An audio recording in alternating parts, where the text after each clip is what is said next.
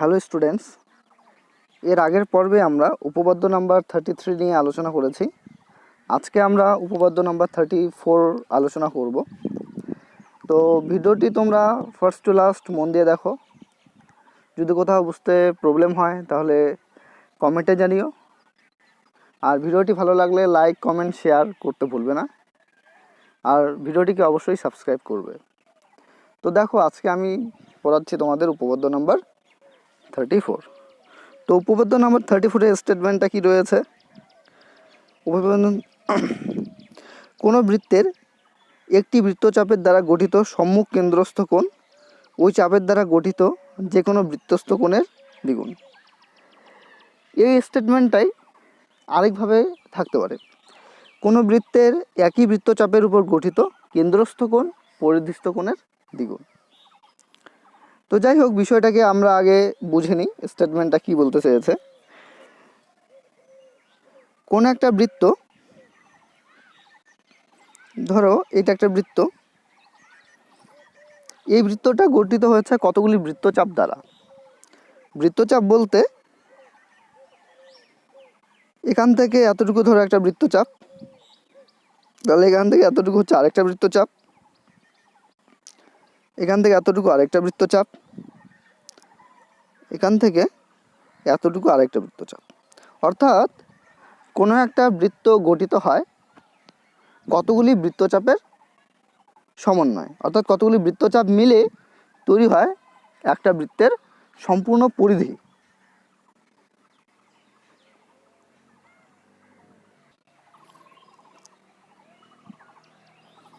আমরা একটা বৃত্ত নিলাম, এই বৃত্তটার কেন্দ্র হচ্ছে ও। এই বৃত্তের মধ্যে আমরা একটা বৃত্তচাপ কল্পনা করলাম, এখান থেকে এতটুকু আমরা একটা বৃত্তচাপ নিলাম। ধরো এই বিন্দুটা হচ্ছে এ, এই বিন্দুটা বি, আর এই বিন্দুটা হচ্ছে পি। তাহলে এখানে আমরা এই বৃত্তের মধ্যে এ পি বি বৃত্তচাপ নিলাম। বৃত্তের কেন্দ্র হচ্ছে ও। এখন তুমি যদি ও এ যুক্ত করে দাও এবং ও বি যুক্ত করে দাও, সেক্ষেত্রে এখানে একটা কোণ উৎপন্ন হয়েছে। কোথায় কোণটা উৎপন্ন হয়েছে? বৃত্তের কেন্দ্রে। বৃত্তের কেন্দ্রে একটা কোণ উৎপন্ন হয়েছে। বৃত্তের কেন্দ্রে উৎপন্ন হওয়া এই কোণটাকেই বলা হবে কেন্দ্রস্থ কোণ।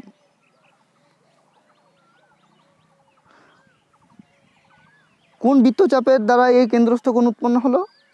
এপিবি বৃত্তচাপের দ্বারা এই কেন্দ্রস্থ কোণ উৎপন্ন হলো। এখন বৃত্তের পরিধির উপর যে কোনো একটা বিন্দু নাও। ধরা যাক এটা হচ্ছে একটা বিন্দু, সেটা বৃত্তের পরিধির উপরে রয়েছে। সাপোজ এই বিন্দুটার নাম দিলাম সি। এখন তুমি যদি এ সি যুক্ত করো, বি সি যুক্ত করো, সেক্ষেত্রে বৃত্তের পরিধির উপরেও একটা কোণ তৈরি হয়েছে। বৃত্তের পরিধির উপরে উৎপন্ন হওয়া এই যে কোণটা, এই কোণটাকে বলা হবে পরিধিস্থ কোণ। তাহলে আমরা কি বুঝতে পারলাম? যে কোনো একটা বৃত্তচাপ বৃত্তের উপরে নেওয়া হলো, সেই বৃত্তচাপ দ্বারা কেন্দ্রের মধ্যে যে কোণ উৎপন্ন হবে সেটাকে কেন্দ্রস্থ কোণ বলা হবে। সেই বৃত্তচাপের দরুন পরিধির উপরে কোনো একটা বিন্দুতে যে কোণ উৎপন্ন হবে সেটাকে পরিধিস্থ কোণ বলা হবে। তোমরা জেনে রাখো, পরিধিস্থ কোণেরই আরেক নাম হচ্ছে বৃত্তস্থ কোণ। সেই জন্য প্রথম যে স্টেটমেন্টটা রয়েছে সেই স্টেটমেন্টে বৃত্তস্থ কোণের কথা বলেছে। বৃত্তস্থ কোণ আর কিছু না, পরিধিস্থ কোণেরই অপর নাম।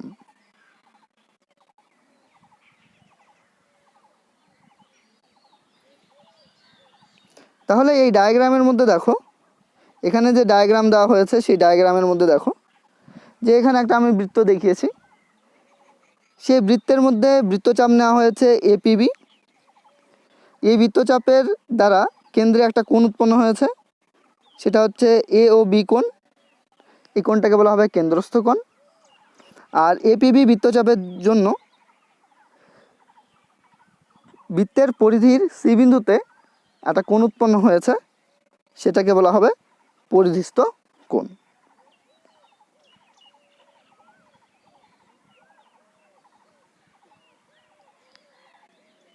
তাহলে এখানে কোণ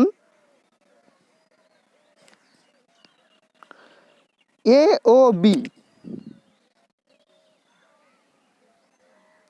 এ ও বি বলতে এই কোণটাকে বলেছে, অর্থাৎ কেন্দ্রস্থ কোণের কথা বলেছে।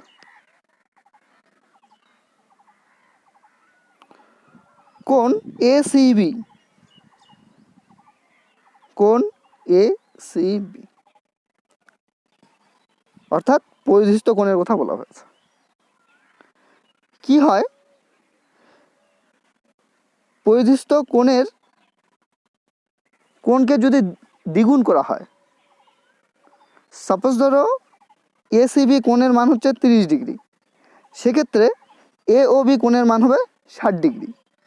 অর্থাৎ কেন্দ্রস্থ কোণের মানটা সবসময় পরিধিস্থ কোণের ডাবল হবে, অর্থাৎ দ্বিগুণ হবে। ধরো এ সি বি কোণের মান 40 ডিগ্রি, সেক্ষেত্রে এ ও বি কোণের মান হবে 80 ডিগ্রি। মোট কথা কেন্দ্রস্থ কোণের মানটা অলওয়েজ পরিধিস্থ কোণের ডাবল হবে, দ্বিগুণ হবে। অর্থাৎ এ সি বি হচ্ছে পরিধিস্থ কোণ, সেটাকে যদি আমরা 2 দিয়ে গুণ করি, সেক্ষেত্রে যে ভ্যালুটা আসবে সেই ভ্যালুটা কার সমান হবে, কেন্দ্রস্থ কোণ অর্থাৎ কোণ এ ও বি এর সমান হবে। এটাই আমাদের স্টেটমেন্টে বলেছে। কি বলেছে? স্টেটমেন্টে বলেছে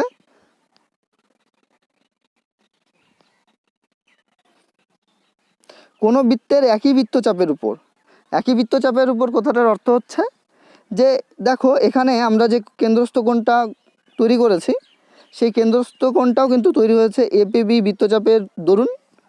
আবার পরিধিস্থ যে কোণটা উৎপন্ন হয়েছে সেটাও কিন্তু এপিবি বৃত্তচাপের দরুনে তৈরি হয়েছে। অর্থাৎ একই বৃত্তচাপের জন্যই কিন্তু কেন্দ্রস্থ কোণ আর পরিধিস্থ কোণ উৎপন্ন হতে হবে। সেক্ষেত্রে শুধুমাত্র কেন্দ্রস্থ কোণের মানটা পরিধিস্থ কোণের দ্বিগুণ হবে। অর্থাৎ আমাদের এই উপপাদ্যের প্রুফের জন্য সবসময়ই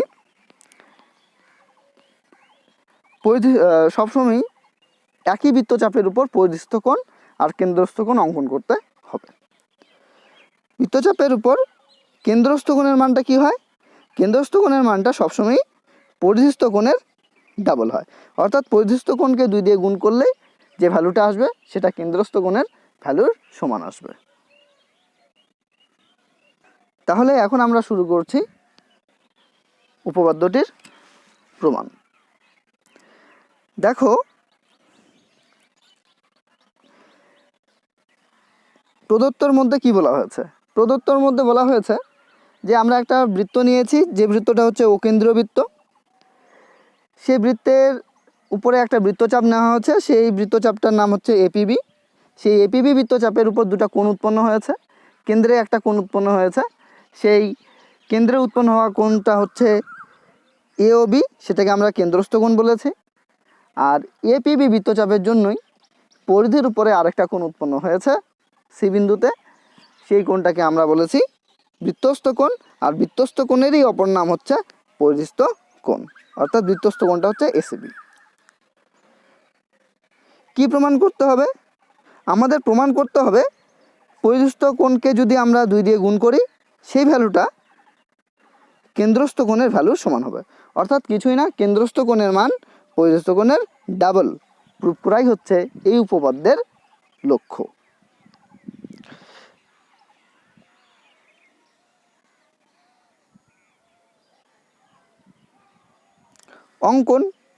অঙ্কনে করা হয়েছে কি,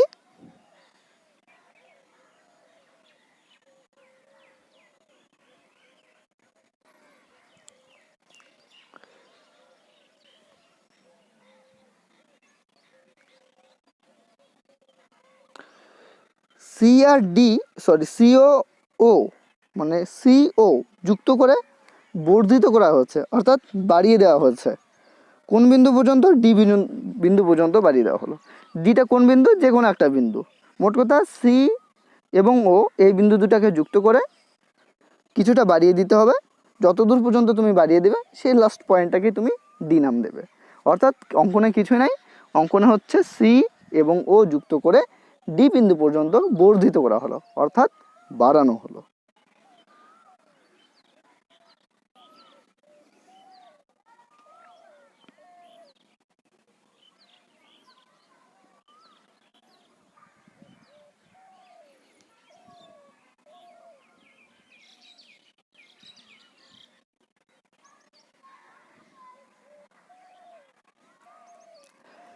দেখো এখানে দুটা ত্রিভুজ উৎপন্ন হয়েছে। একটা ত্রিভুজ হচ্ছে এ ও সি, এই যে একটা ত্রিভুজ উৎপন্ন হয়েছে।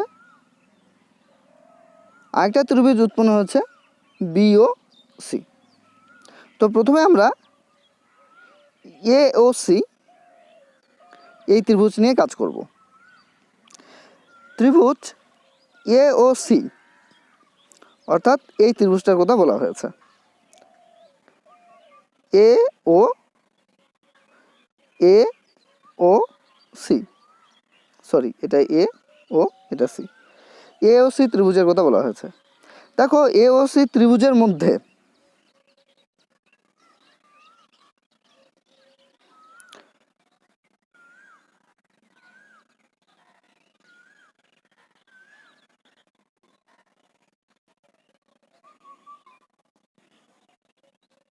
এ ও সি ত্রিভুজের মধ্যে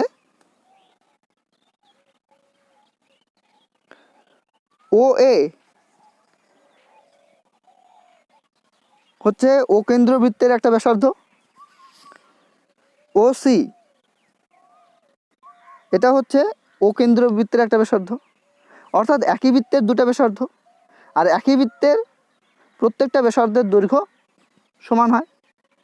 কাজেই এখানে ও এর দৈর্ঘ্য যা হবে ও সির দৈর্ঘ্য তাই হবে।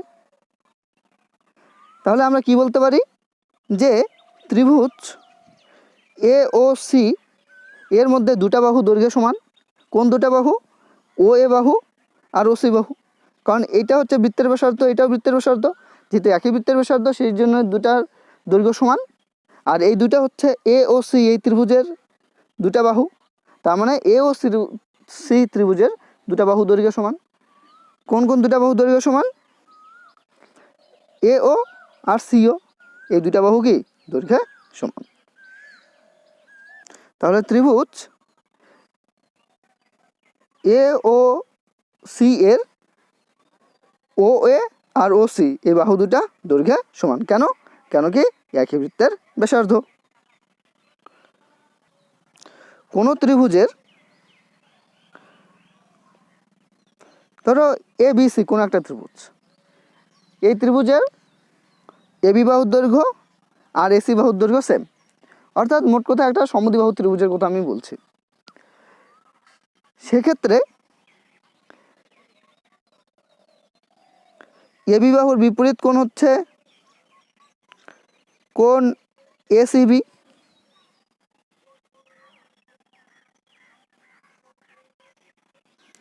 এসি বাহুর বিপরীত কোণ হচ্ছে কোণ এবিসি। এই কোণ দুটার মান সমান হবে। কোণ এবিসি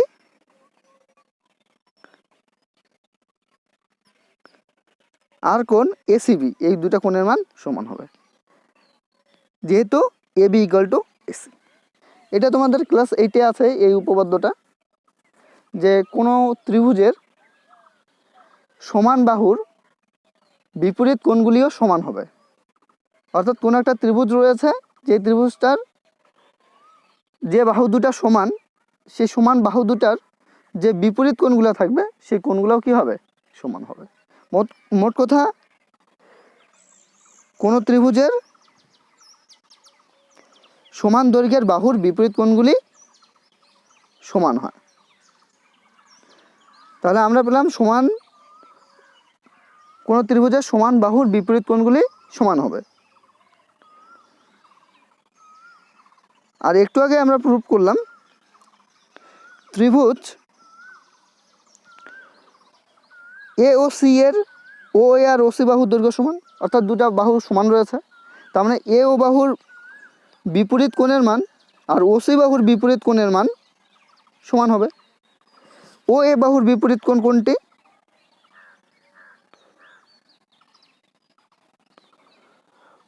ও এ বাহুর বিপরীত কোণ হচ্ছে এটা, কোণ ও এ সি ও, এটা হচ্ছে এ ও বাহুর বিপরীত কোণ।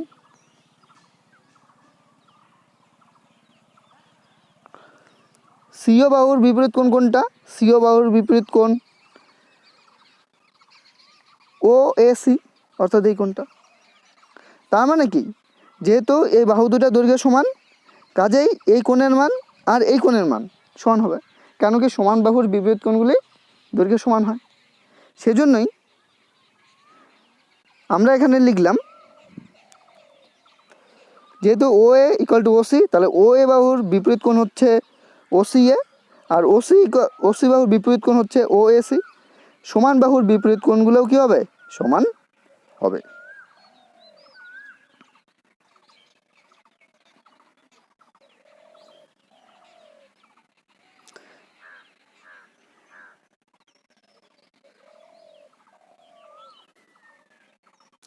এবার দেখো, কোন একটা ত্রিভুজ, সেই ত্রিভুজের কোনো একটা বাহুকে যদি বর্ধিত করা হয়, অর্থাৎ এক্সটেন্ড করা হয়, বাড়িয়ে দেওয়া হয়। এখানে আমরা বিসি বাহুকে ডি পর্যন্ত বর্ধিত করেছি। যে বাহুটাকে বর্ধিত করা হবে সেখানে একটা কোণ উৎপন্ন হবে, সেই কোণটাকে বলা হয় বহিস্থ কোণ। আর ত্রিভুজের মধ্যবর্তী কোণগুলো, অর্থাৎ এই কোণটা, এই কোণটা, এই কোণটা, এই কোণ তিনটাকে বলা হবে অন্তস্থ কোণ। তাহলে এটা বহিস্থ কোণ আর এই কোণ তিনটা হচ্ছে অন্তস্থ কোণ। এর মধ্যে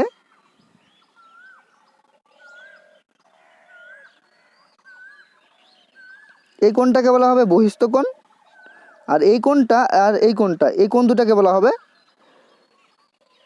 অন্তস্থ বিপরীত কোণ। কি হয়, বহিস্থ কোণের মান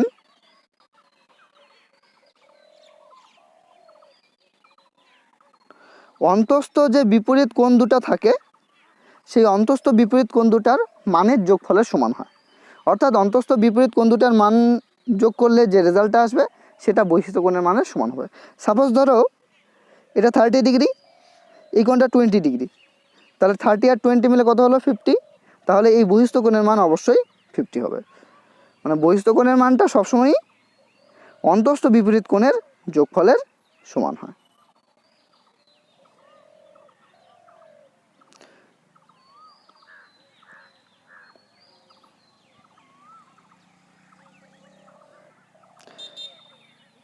এখানে ত্রিভুজ এ ও সি এর সিও বাহুকে ডি পর্যন্ত এক্সটেন্ড করা হয়েছে, অর্থাৎ ডি পর্যন্ত বাড়িয়ে দেওয়া হয়েছে। এর ফলে এখানে এই যে কোণটা উৎপন্ন হলো, এটা হচ্ছে বহিস্থ কোণ। আর এই কোণটা আর এই কোণটা, এই কোণ দুটা হলো অন্তস্থ বিপরীত কোণ। কারণ এর আগের ডায়াগ্রামেই আমরা দেখলাম যে একটা বাহুকে যদি বর্ধিত করি তাহলে এটা হচ্ছে বহিস্থ কোণ, আর এই কোণটা হবে অন্তস্থ কোণ। ঠিক একই রকম হচ্ছে এখানেও, এই ত্রিভুজটার ক্ষেত্রে এই বাহুটাকে এক্সটেন্ড করা হয়েছে। এর ফলেই এই কোণ দুটো অন্তস্থ কোণ হয়েছে, আর এই কোণটা কি বহিস্থ কোণ হয়েছে। আর বহিস্থ কোণের মান অন্তস্থ বিপরীত কোণ দুটির মানের যোগফলের সমান হয়। কাজেই তুমি বলতে পারো কোণ এ ও ডি এর মানটা কার সমান হবে? কোণ এসিও প্লাস কোণ ও এসি, অর্থাৎ এই কোণ দুটা যোগ করলে এই কোণ দুটা মানের, এই কোণটার মান এই কোণ দুটার কোণের যোগফলের সমান হবে।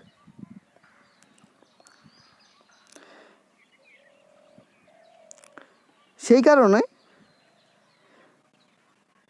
এখানে লেখা হয়েছে বহিস্থ কোণ এ ও ডি কার সমান? অন্তস্থ বিপরীত কোণ দুটার মানের যোগফলের সমান। তাহলে কোণ এ ও ডি ইকুয়াল টু কোণ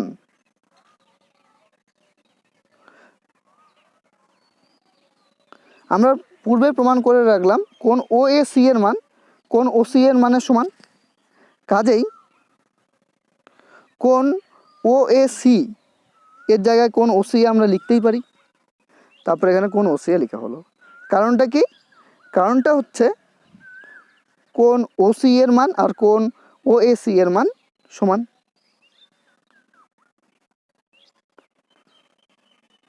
তাহলে কোণ এ ও ডি এর মান কত হলো? কোণ ও সি এ প্লাস কোণ ও সি এ, তার মানে কি 2 কোণ ও সি এ। এটা হচ্ছে সমীকরণ নাম্বার 1।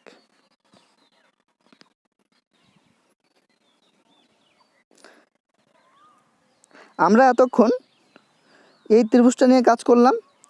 এখন আমরা ত্রিভুজ বিওসি এই ত্রিভুজটা নিয়ে কাজ করব। দেখো এই ত্রিভুজটার ক্ষেত্রেও ঠিক একই রকমভাবে বিও আর সিও বাহুর দৈর্ঘ্য সমান। কেন? যেহেতু বিওটা হচ্ছে ও কেন্দ্রবৃত্তের ব্যাসার্ধ, সিওটাও হচ্ছে ও কেন্দ্রবৃত্তের ব্যাসার্ধ, আর একই বৃত্তের প্রত্যেকটা ব্যাসার্ধের দৈর্ঘ্য সমান হয়। কাজে বিওর দৈর্ঘ্য যা হবে সিওর দৈর্ঘ্য তাই হবে।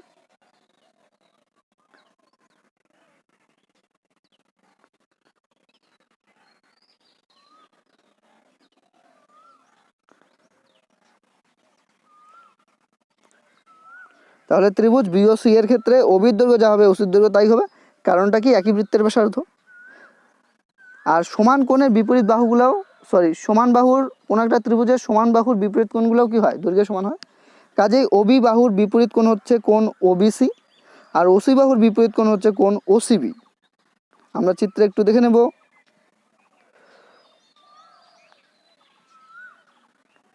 কোণ ওবি বাহুর বিপরীত কোণ হচ্ছে কোণ ওসিবি, ওসি বাহুর বিপরীত কোণ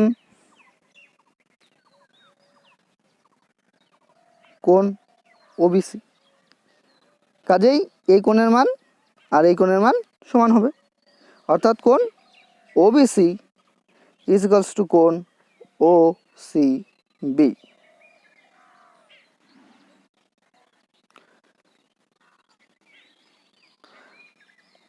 তাহলে কি লিখবো? যেহেতু ও ইকুয়াল টু ওসি, তাহলে ও এ বাহুর বিপরীত কোণ এটা, ওসি বাহুর বিপরীত কোণ এটা, এই কোণ দুটার মানও সমান হবে। ঠিক একই রকমভাবে আগের উপপাদ্যের মতনই ত্রিভুজ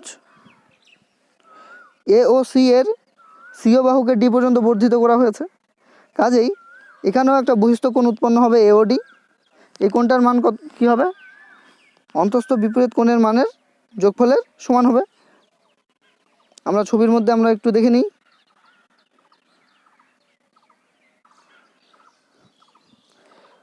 এই যে সিওকে যুক্ত করে ডি পর্যন্ত বর্ধিত করা হয়েছে। কাজেই এই কোণটা হলো বহিস্থ কোণ আর এই কোণ দুটা হলো অন্তস্থ কোণ। এই কোণ দুটার যোগফল কি হবে? এই কোণটা সমান হবে। তার মানে কি লিখব? কোণ বিওডি ইজ ইকুয়ালস টু কোণ ওবিসি প্লাস কোণ ওসিবি।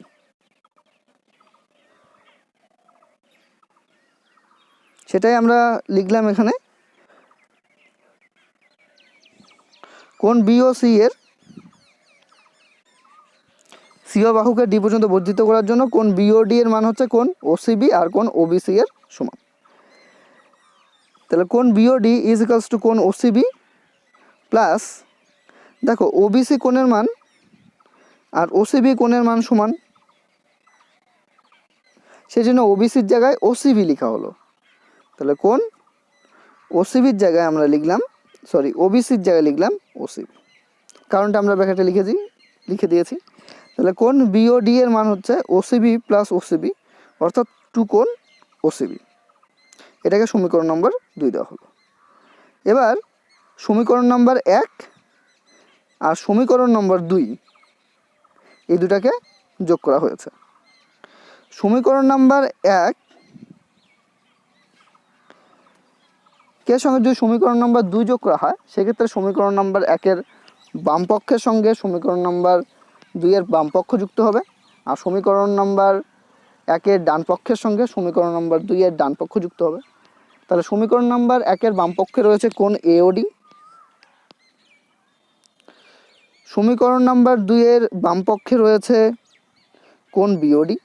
তার মানে কোণ এওডি আর কোণ বিওডি যোগ হবে, তাহলে কোণ এওডি ইকুয়াল টু কোণ বিওডি।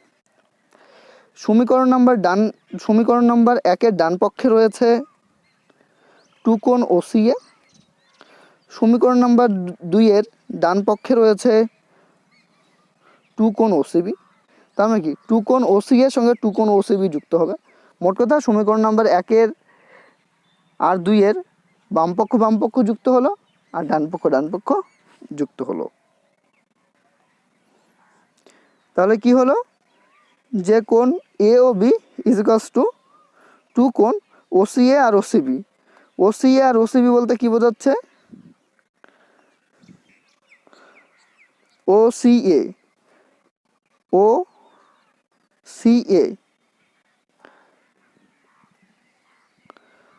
ওসিএ বলতে এই কোণটাকে বুঝিয়েছে, আর ওসিবি বলতে এই কোণটাকে বুঝিয়েছে। তাহলে এই কোণ দুটাকে আমরা যদি যুক্ত করে দিই, এই কোণটা আর এই কোণটা, তাহলে এই টোটাল পরিশিষ্ট কোণটাকে আমরা পাচ্ছি। পরিশিষ্ট কোণ বলতে কোন কোণটা? এসিবি কোণটাকে পাচ্ছি। সেজন্যই আমরা এখানে লিখে দিয়েছি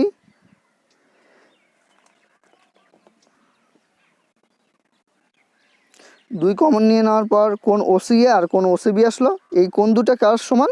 এই কোণ দুটাকে যোগ করলে টোটাল পরিধিস্থ কোণটা পাওয়া যাচ্ছে। পরিধিস্থ কোণ কোনটা? এসিবি সমান হচ্ছে।